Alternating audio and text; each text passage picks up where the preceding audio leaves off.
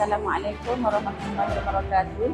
Saya Nami Aida mewakili JPKKP Pupuk untuk Bukit Pupuk untuk sumbangan Muslim Malaysia dan berterima kasih kepada Muslim Malaysia.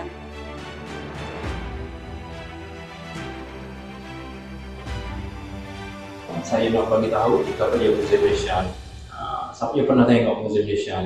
Kami Muslim Malaysia ini adalah satu pertubuhan bukan kerajaan, dan kami Muslim Malaysia ini tidak terlibat dengan mana-mana badan parti politik.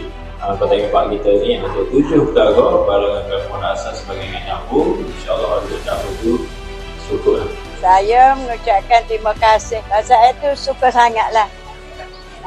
Bolehlah tapung bagi-bagi dapur kan. Terima kasih.